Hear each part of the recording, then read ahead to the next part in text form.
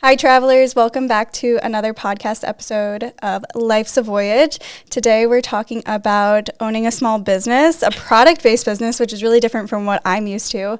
And today, I'm here with Dip. Dip, you want to introduce yourself? Hi, I'm Dip. I am a resin artist. I own Dippy Girl Art.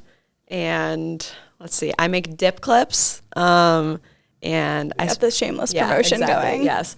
I guess I specialize in like hair accessories and like jewelry and stuff like that.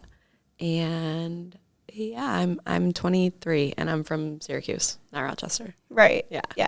So you got to Rochester for school though. That's like how you ended up here? Yeah, I moved here when I was 18, and I never left. Yeah, I love it same. Here. Yeah, it's great here. I love that. That's like what happens. It's like you come here for college and then you never Just leave. just stay. But it's great. I like it a lot more than Syracuse. No shade to Syracuse, but it's more fun here, and there's like more artistic people here, I feel like, or like just a community that I identify with more, I guess. So it's been really great. Yeah, I agree with that. Like Rochester is a community that I feel like I can get really into, and like I feel like I identify with a lot of different groups within our community and stuff, and like where I came from, I like did not connect with anyone, especially as an artist. Right? It's a really creative city. Yeah, it is. And it's been really cool to just like meet so many people that I like would look at like a couple years ago and think, oh, they're really cool. Like, I wish I was like doing what they were doing, or like stuff like that. Like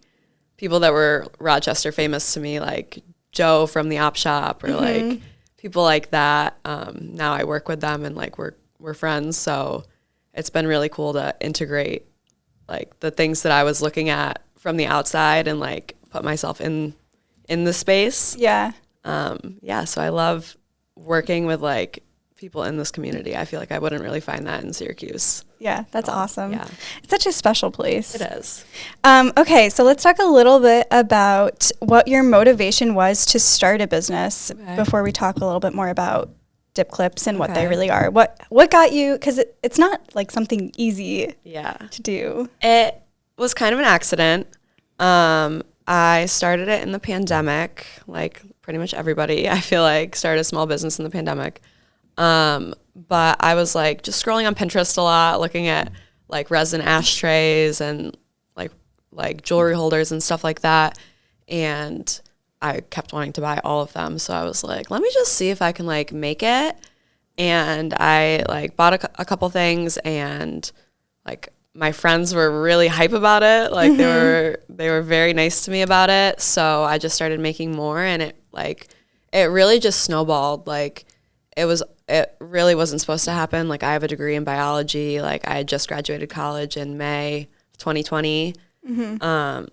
Which is, I started it in November of 2020.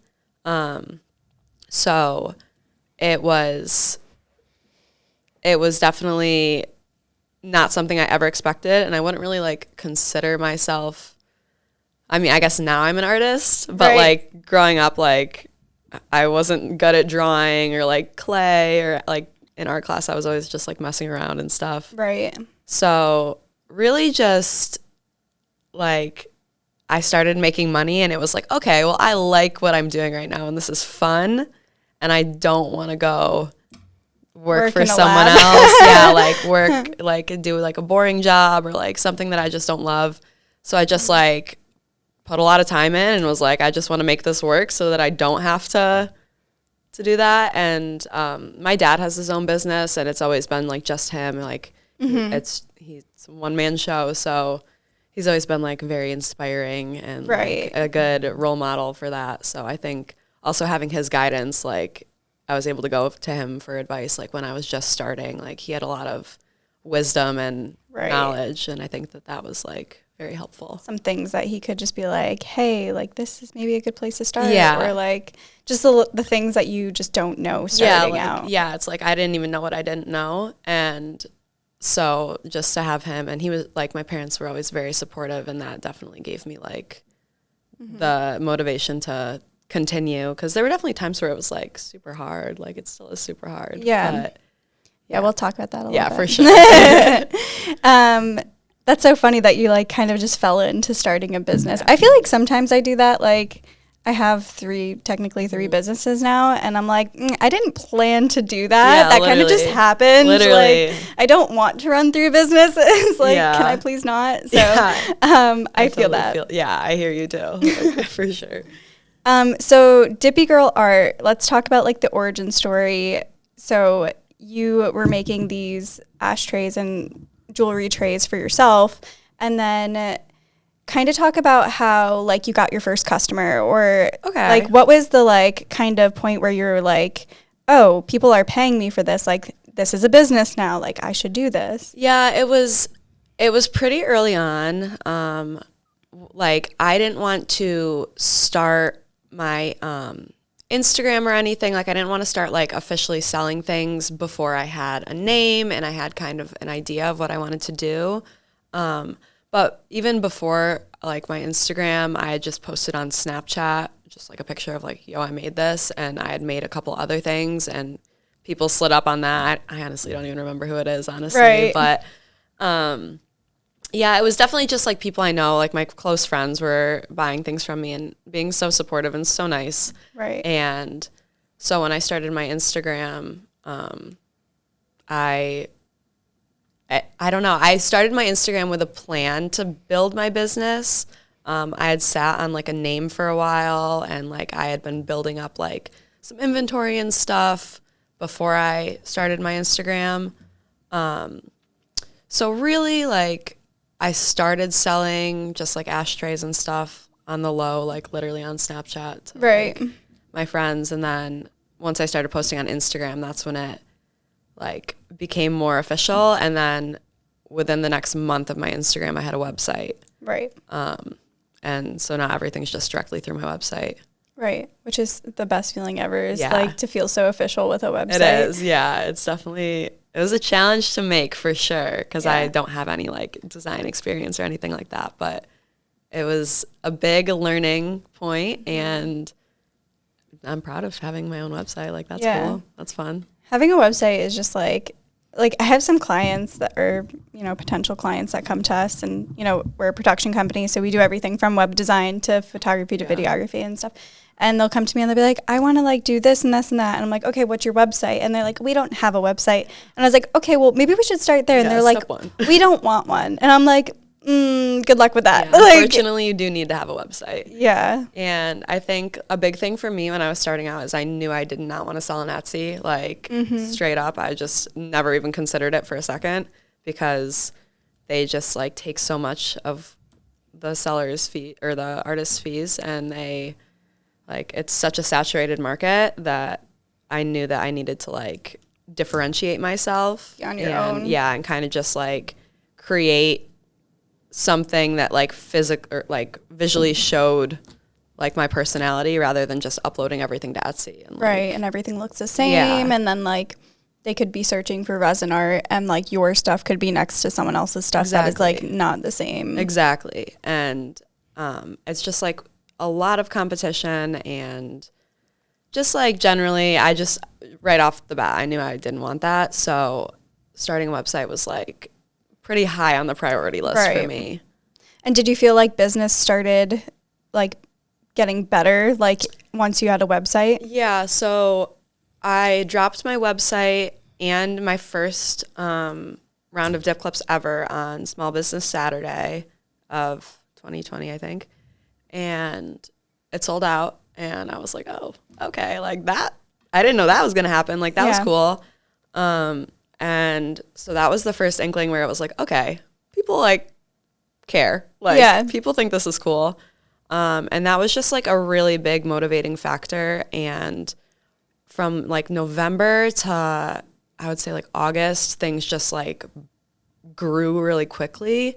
And I was like producing things at like a much faster rate than I had previously been doing. Had to keep up with the demand. Yeah, which was like a little difficult, but like good problems.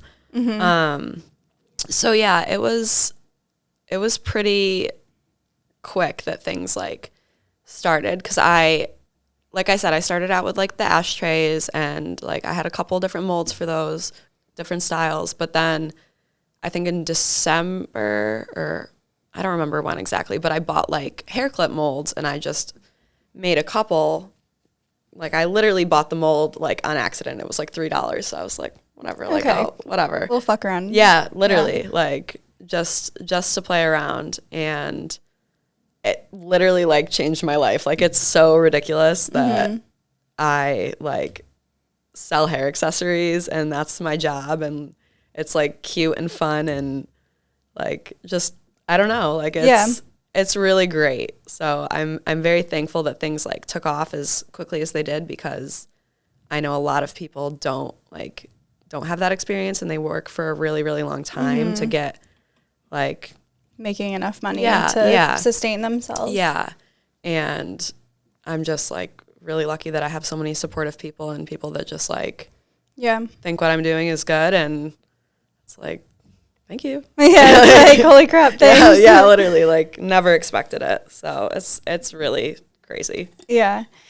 So kind of how you're saying like your first actual launch sold out, and then like you made these dip clips and those are like doing crazy good. And what was your work situation? Because it was during the pandemic, so we were all laid off. Yes. We used to work at Ulta together. Good times. Not good times. Yeah, it was pretty mid. It was pretty bad, but yeah, so we all got laid off or furloughed, whatever. Yeah. So the pandemic, when it hit, my roommate Erin had literally just like met this woman at work that was like, do you need anyone, or like, do you know anyone that can nanny my 2 kids and tutor them, because they're doing homeschooling now during the pandemic, like everything's video. And I was just furloughed, so I was like, yeah, I'll do it, whatever. And I worked with her kids. It was like 35 hours a week. So that was like when I had just started my business too. So it was nice because I like wasn't making as much money yet. So I had this other like part-time job to like fund my bills. Yeah. And I was just working with them. It was like 10 to 3 every day, like 9 to 3, something like that. And I would just come home and do Dippy Girl stuff right after. And I mean, it was the pandemic, so we couldn't go anywhere. So I was literally just working, like, right. So yeah, I am very thankful that I also had that job. Like, I think everything really just worked out for me with like the fact that I was doing this job that was like, one, I loved working with the kids, and it gave me a lot of flexibility because it was like a not an easy schedule, but it was like the same every day, and like I was able to have a lot of time after the fact to dedicate to like my own business. Right. Yeah, so it all really just like lined up. Yeah, like nice. Really was a perfect storm for being able to create, like having time to create. Like I wasn't working like 50 hours a week, not really having any time to do what I wanted to do. So yeah. Cool. So then you just had the ability to, did you just slowly get out of nannying, or? So the kids went back to school at the end of, I think, May, just for like a couple weeks, like at the end of the school year. And then I transitioned into like basically just babysitting them in the summer while their mom worked. I would just watch them a couple days a week. So it was more part-time than nannying, and kind of just phased out. Yeah. And now they're in school full-time, and I still see them. Like I still help out, and I drive the little boy home from school every day. Aww. Yeah, we're besties. But so I shout out. Yeah. Shout out James and Reese and Maya and Jeremy. But I still see them every day, and they're the best, and it's all lined up. Yeah. So it's nice. That's awesome. That's a really good transition, opportunity to just transition into working for yourself, because that's like always the hardest thing. Like I have some friends that are like, I just am too scared to quit my full-time job and like make the leap. And it's like, really, that's just what it takes, is like taking that leap. Literally. So to have something so like nice to kind of like transition you out makes it so much less scary. Yeah. And it really was such a smooth transition, like working for them, like kind of a lot, and then like a little bit less, and now just like picking him up from school and just like doing that little task for them. it's nice because I'm still able to be involved in their lives, but I'm also able to like pretty much completely focus on what I need to do as well. That's awesome. So how long has it been since Dippy Girl has been a thing? Almost 2 years? Or in November, it'll be 2 years. Okay. Yeah. So about a year and a half. So in a year and a half, like what is your biggest milestone? Like what are you most proud of accomplishing? I would say my biggest milestone would be getting into my first store. And that happened January 24th, 2021. I'll never forget. Because it was my biggest New Year's resolution for 2021 was to get into a store. And like, I didn't know when it was going to happen, but a couple like weeks after New Year's, I found the Op Shops application, and I just kind of tried it.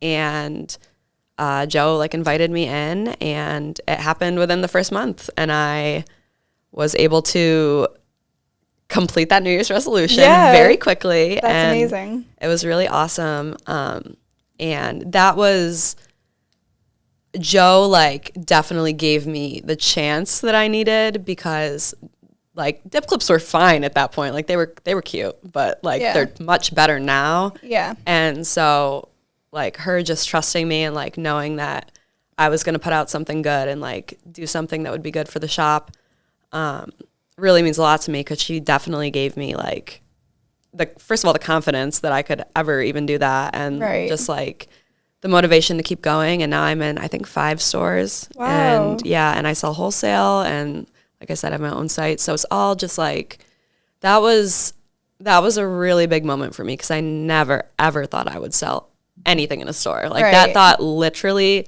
never crossed my mind. Isn't that so crazy? I feel like sometimes I like do something and then people are like, whoa, Tot, like that's really cool. And I'm like, oh, that wasn't a goal. So like I didn't know that was cool. Literally. But it's like, wow, like that's insane. And people are always so nice. And like even today when I was like, I'm going on a podcast, my friends were like, oh my God, you're so cool. And I was like, thanks, besties.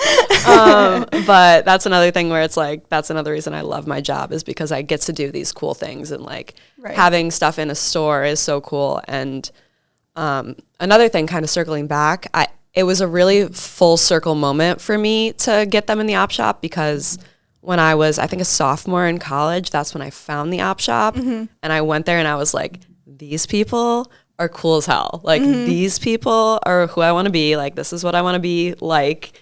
But I just didn't have like the confidence, or I don't know what. But now it's like they're my friends. Like it's just so cool. It really is. Yeah, that's awesome. They're such a cool like entity in the community, and like girl power, and like all things good. And like as a photo student, you know, a lot of people work with them, and like just seeing what they do is just phenomenal. And I'm actually going to have my friend Grace on the podcast. Awesome. And Grace works with the Op Shop. She's really good friends with them too. So I'm like, maybe I should ask them if they want to be on the podcast. I'm sure Joe would love to. She's so awesome and knowledgeable and just great. She is great. I've met her, but I'm sure she does not remember me. It was like years ago. She's got a good memory. She remembers faces for sure. Okay, so that's your biggest milestone. What's been the biggest struggle, like on the other hand of it? Because it's fun and like dip clips, yay! But like, it's got to be so hard to like manage it. There are several struggles I will speak to right now.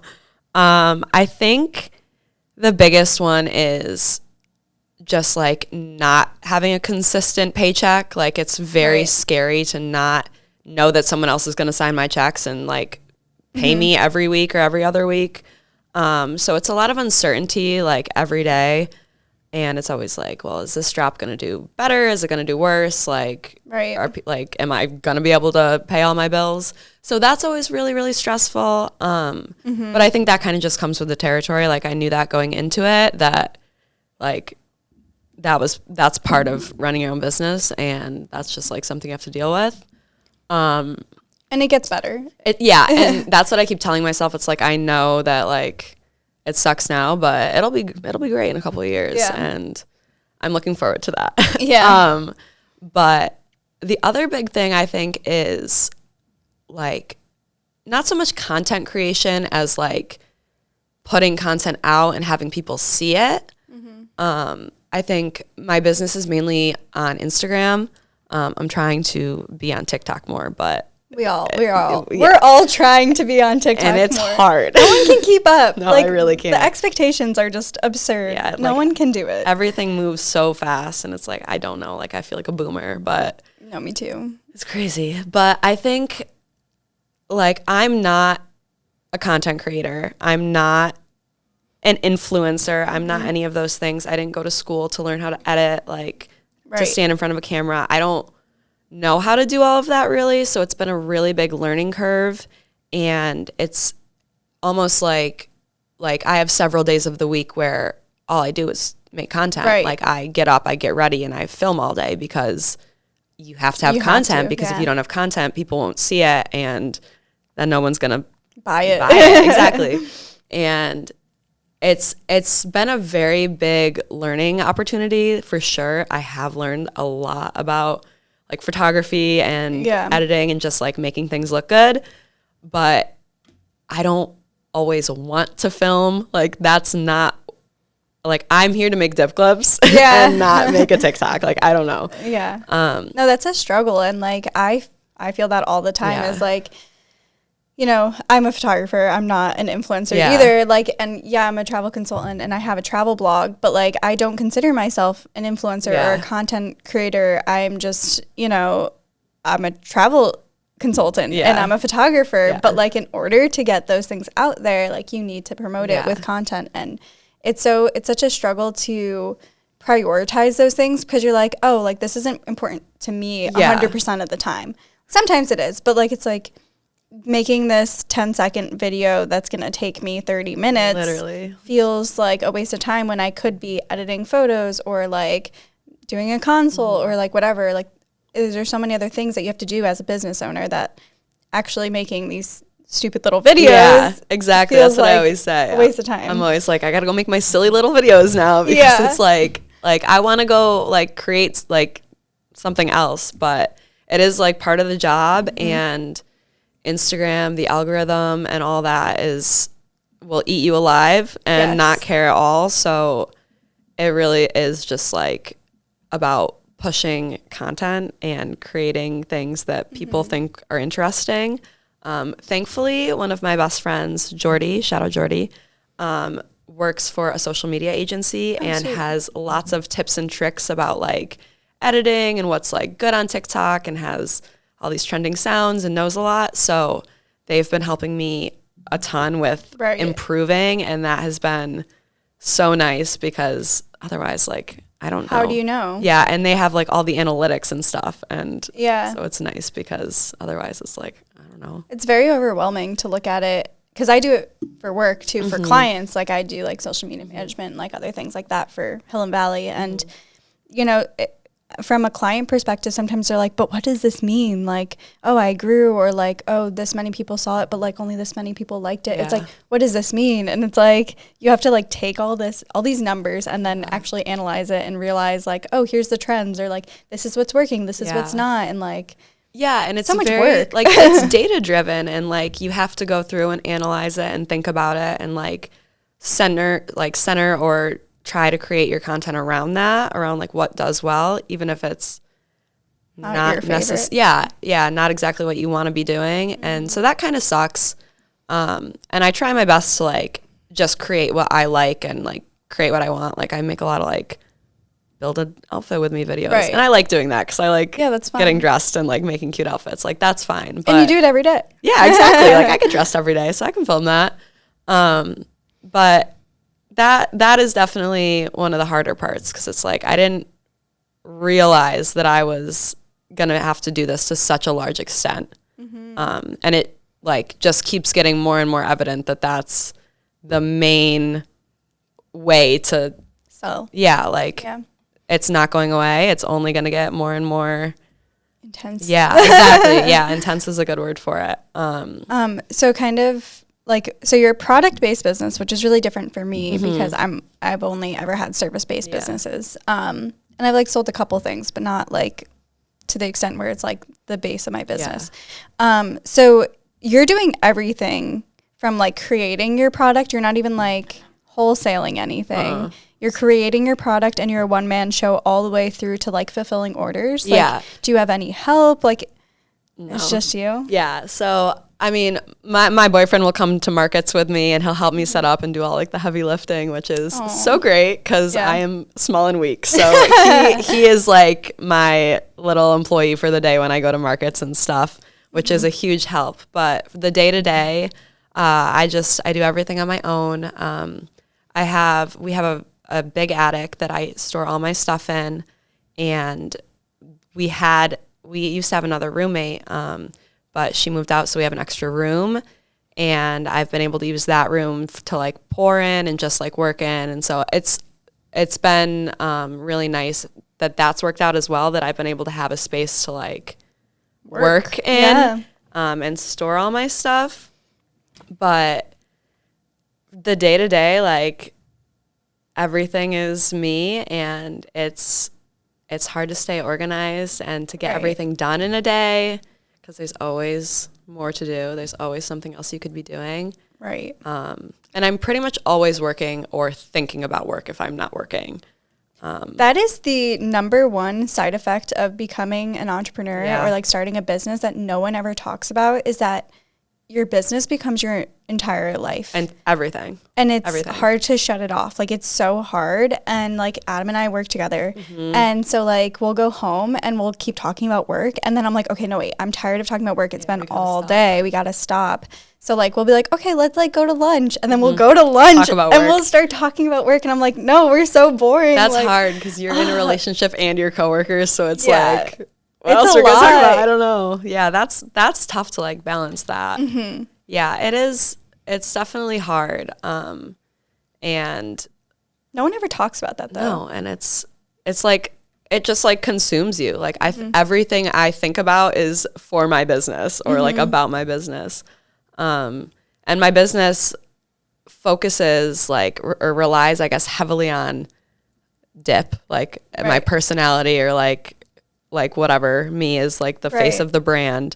So I have to, I don't even know, like you have to be on all the time. Like you have to be like a personality all the time. Yeah, and like put myself out there and be willing to like share and not be vulnerable, I guess, but like I don't like being perceived. That's like the running joke with me and my friends is like Adele. My real name is Adele, by the way. It's not Dip. Oh, no way. Yeah, I know. Imagine that. My parents didn't name me Dippy. But it's a running joke that I hate being perceived. So it's been really hard to like film myself and be like, this is what I'm doing, because I feel like nobody cares. Right. But apparently people do care. People do so care. So it's like, okay, I will do it. And I'm going to feel kind of silly, but it's fine. No, that was something that I had to get over too, because I come from like the middle of nowhere, like no one's doing anything interesting. Yeah. And then I like moved away and like started doing all these things. And now all these people from like my old life, so to speak, are like, oh, like what you're doing is so cool, or like blah, blah, blah. Like, what are you doing about this? Or like, I'll forget to mention something. Like I just posted on my story the other day, but like we bought a van. Yeah, I saw. And like we're working on it. And I'm like, oh, people don't care about me working on the van. Like they only care about me traveling in the van. But then someone was like, so like, I want to see the inside of the van. Like, what are you guys doing with it? And I'm like, well, it doesn't look good yet. And they're like, we want to see it. And I'm like, you do? I mean, okay. Yeah, thank you. So it's so funny because we have such like a weird perception that like no one gives a shit about what we're doing. Yeah. But like once you start putting things out on the internet and people like really fall in love with who you are and like Dip and your personality and like your style and like, you know, people just want to hear what you have to say or like what you're doing, which is so weird to me. Yeah, because I've always been one of those people that's like, nobody cares. Like I'm boring. Yeah, like I'm you don't so need to listen average. to me. Yeah, like you don't need to listen to me talk right now. But I feel like so average usually. Yeah, me too. It's so but funny. It's again like that's a positive of social media, is that people do respond and interact and make me feel less silly and less stupid, and that has certainly like built my confidence and allowed me to put myself out there more, because it's like, okay, I'm being received decently well. Like, no one's bullying me, so it's fine. I mean, I've been bullied. Yeah, no one's bullying me to my face right now. Yeah, they're doing it behind my back, so it's like kind of better. It's fine if I don't hear it. But today we're doing okay. Yeah. I didn't hear it. Yeah. But yeah, so I don't know. I don't know where I was going with that. No, you're fine. I think we kind of went off there. So again, about your product-based business, which is really intriguing to me. Like, how do you manage your inventory? Like, do you make everything and then sell out? Do you keep a running like style? Like, how do you manage all of that? Because you have a lot of products, and I'll like put some stuff up for visual watchers. I'll like scroll your website a little bit, but like there's so many to choose from. I think I've made over 400 different styles. That's like insane. Including all the alcohol ink ones, because all of those are one of a kind. Like, but I typically, it really depends. So like in the upcoming market season, like May, I'll have like hundreds and hundreds of dip clips that I'll like put together and get ready for the markets and stuff. And so around that time, like I'll have a lot more inventory, but typically I will just like either if I'm just like in the mood to pour, I'll just make like, I have enough molds to make like 50 dip clips at a time. Okay. So I'll just like pour 50 and then I'll just throw them in a box, and just if I'm like I have like a market that I wasn't planning, or I need to have like a drop or something, it's like, okay, I have this reserve of dip clips. Right. Like, and when you're pouring those 50, do you just choose like your best sellers, or like? I just do whatever I'm feeling. Like I like to do, I call it alcohol ink roulette when I pour like typically when I feel like just like stocking up on dip clips, like having some in case I need to do something, I'll pour the alcohol ink ones, which are like all the swirly ones. Yeah. Those ones. And I'll literally just like pick a bunch of colors and just throw them in, and because I like to be surprised too. I like to see how everything turns out in the morning. But I mean, there are times where I'll like be more intentional. Like right now I'm working on a fairy tale collection drop. Is this a sneak peek? This is top secret info, but you guys get the leaked tea. Ooh. Yeah, so I'm doing like it's called Dreams, Fairies, Tales, Fantasies. That's the collection. I think I'm going to drop it at the end of March, but so I'm working on building all of that up, and that like I will intentionally sit down and like create things obviously based around the theme. Right. And so while I'm building that, I have like the claws that are up right now that I just dropped to like hold over until that, till and the then next launch. And then in between like making the fairy tale dip clips, I've just been pouring like stuff for wholesale, or like things that I've had for a while that I just want to get rid of. Like I'll just use up all the material that I have for it. And by material you mean like glitters or clay or like whatever.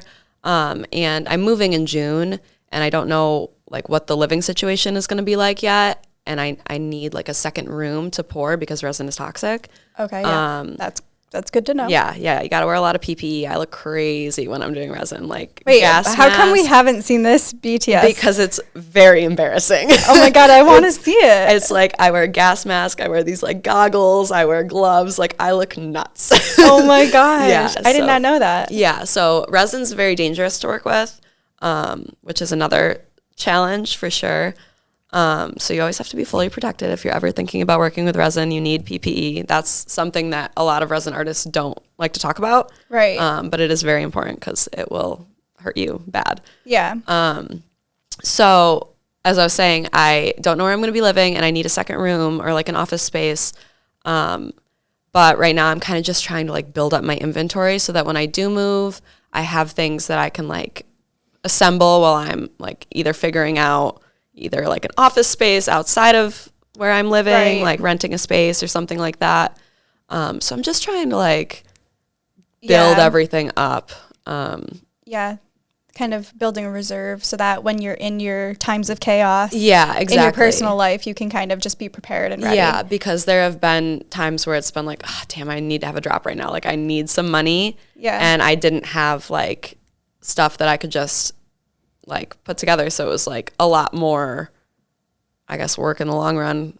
Yeah. But so, like how you're saying like, oh, I need to put out a drop because I need to make more money right now. Do you make like the bulk of your sales on drops, or like where are you making the most, like where can people support you that you're not currently being supported? You know what I mean? Say, see, the thing about it is like my website is definitely the biggest place that I like make money from. And in-person markets too, like those in the summer are so much fun, and those always like I mean, I've had some bad markets for sure, but for the most part, like those will go well. But I would say like my website is the main place to support me. I like work with Shopify to get like capital, like loans and stuff. So when people shop through my website, the money goes directly back into the capital. So I don't have to like pay it off. Okay. Like, so it's just helpful when people go through my website because that money goes directly into paying off the capital, if that makes sense. Right. It's kind of confusing. So is it like almost like a reserve? It's kind of like a loan situation. Like they'll give you a lump sum up front, and then they take, I think it's like 10% of your daily sales or something, just to pay back the loan. So it's not like I have to make monthly payments like a credit card or something. Okay, cool. Yeah, so it's just like if you don't make any sales for a day, they don't take any money. But if you make a sale for the day, then just 10% of that goes until it's all paid off. So and then you use that money to buy more materials and like run things. Yeah, that's all for like materials. It all just goes like directly back into the business. That's really good to know. Yeah, and so Shopify like reached out to me and was like, "You're pre-approved for this, whatever." So that is like a big help. And also the more sales I have on my website, the more money Shopify will give me in the future once the other loan is paid off. So basically that was a long-winded way to say just shop through my website, please. But I mean, that's something good to know as a consumer, like especially for like small businesses and like women-owned small businesses who are just hustling, doing it themselves. Yeah. Like I want to know, like, what is the best way to support you? Like, where should I go? What should I do?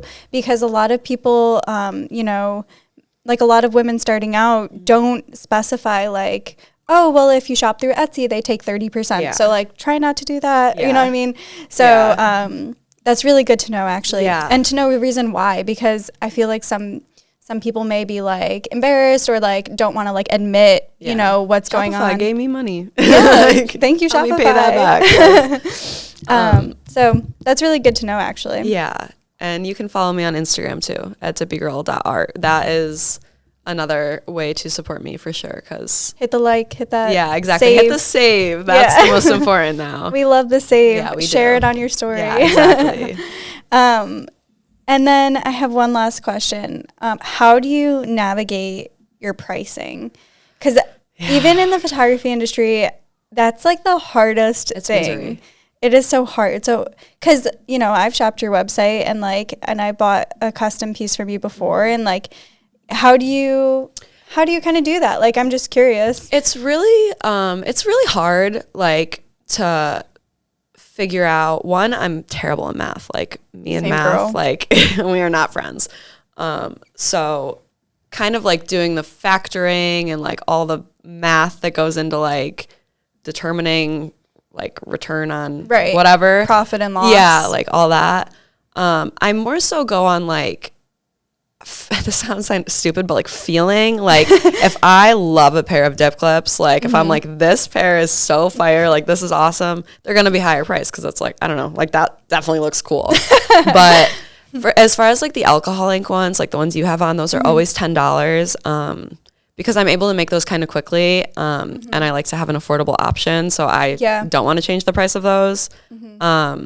I also feel like with alcohol ink specifically, so I am a very basic bitch. I am not a dippy girl. I am. You are a dippy girl. Oh, now I am. You can be a dippy girl. You are. But like I am so boring. Like I love your styles, but like I would never wear them. Like I totally hear you. And that's why I love these, because I'm like, I would wear these. Like, these are me. I get that a lot, especially at markets. A lot of the reactions I get are, oh my God, these are so cute, but I'd never wear these. Oh my God, these are so cute, but I can't wear them to work. Yeah. And so my roommate, he actually suggested that I do like a Boss Babe collection, like with like more neutral. I'm here like, for it. Yeah, neutral, like chill, like easier. If you do black, if you do white, if you do gold, yeah, just like solid colors, right? Yeah. And I think that would be simple and affordable for everyone. So in the future, that will be coming. I don't know when. That's fine. But like, that's one of the things. That's why I love these, because I'm like, oh, these are affordable, and like I'll actually wear them. Yeah, and they're like neutral. Yeah. Yeah. I mean, they're red, but not like red. Yeah, they're not like 3 million colors. Yeah. But yeah, I definitely want to work on creating like other options, because what I do now, I pretty much just like make things I like and things I would wear, and I try to just keep everything like very authentic to like myself, and every pair of dip clips has like something to do with me, like either the name or like why I picked the colors or like whatever I did, like has something to do with my experience on this earth. So. Yes. So I think that's why I haven't done anything like plain yet. But I definitely want to.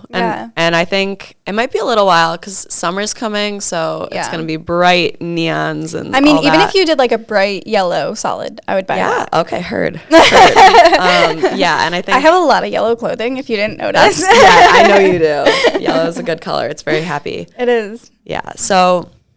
I think in the future I will be expanding towards more neutral and like wearable things for everyone. Yeah. That's another thing, is I want to just like grow in general to be able to have something for anyone, like so that anyone could come and find something that they like or they identify with or resonates with them. Resonates. Yeah. That was funny. That was good. Yeah, that was funny.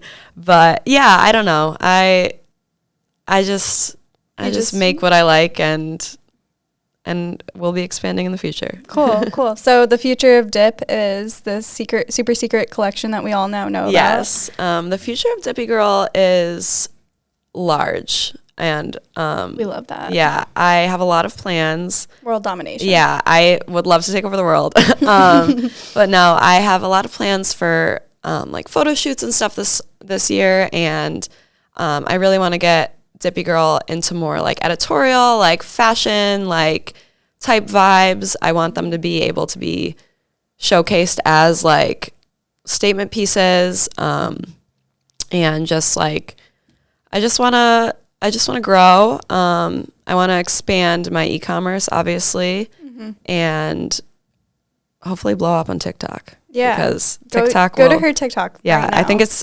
dippygirl.art there too. Yeah. We'll put all of the links below. I'm trying to be better on there, so. Yeah. But it's hard. Where else can we find you? So let's do all the plugs. Okay. So we got your website, which is www.dippygirlart.com. And then Insta. My Insta is at dippygirl.art, and that is also my TikTok. And where can we find you in person? You can find me in person. Well, you can shop Dippy Girl in stores at the Op Shop, STEM Plants, Talking Heads, Barber Shop, and Curio Salon. I'm sorry if I said that wrong. Talking Heads is the name of it. It's a barber shop. These are all downtown Rochester. Yes, and Little Button Crafts. And I think that's it. I think I might be forgetting something, and I'm sorry if I am. That's okay. But you just know we can go downtown in Rochester and we can stop into a couple stores and find me. But if you want to see me in person, I will be at the Lucky Flea this summer. I don't know exactly when. Applications just opened the other day. But I will be at the Lucky Flea. I am sure that we will have some other type of event. And also, quick plug to Earth Rocks, which is... You can find me at Earth Rocks, certainly. Earth Rocks is an Earth Day scavenger hunt. It is an art scavenger hunt, and it is put on by me and my best friend, Earth Friendly. And so on Earth Day this year, we are having a very large scavenger hunt where you can win one-of-a-kind prizes from lots and lots of artists local to Rochester. and I will be at 490 Farms on Earth Day, talking about Earth Rocks and also having coffee and donuts while I wait for you to pick up your prizes. So you can find me there too. I'll put all of that below. Awesome. You guys did that is this the second year? This is the second year, yeah. So last year was the first year. And what days are it's April 26th, I think. Something like that. 24th or 26th. I can't remember exactly. It's a Friday though. Nice. Yeah, so it's in collaboration with 490 Farms, and it's going to be a much bigger and better event this year, and we're going to have lots more artists, and we're going to have some small businesses in on it. So it's going to be great, and it's a great event to do with your kids or if you just like local art. Yeah. Yeah, it's cool. That's going to be great. Yeah, it is. So excited. We love the earth. We do love the earth. We're trying to save it. We are. Yeah, hopefully we can. Fingers crossed. We're trying. Yeah, Okay. Magic. Well, thank you so much for chatting with me about all for things having Dippy me. Girl. Yeah, maybe thanks we'll for have letting me you talk back about in me. like a year Yeah. and see how crazy things have changed. Yeah, I know. I hope big things are coming. They are. They are. Yeah, I feel it in my bones. Yep. But thank you for having me. This Yeah, was of very course. fun. Yeah, thank you. And I liked talking about myself for a little while. I mean, it's my podcast about Right. me. Like, right. I love that. can relate. Yeah. You feel Okay. me. Thank you. You're welcome.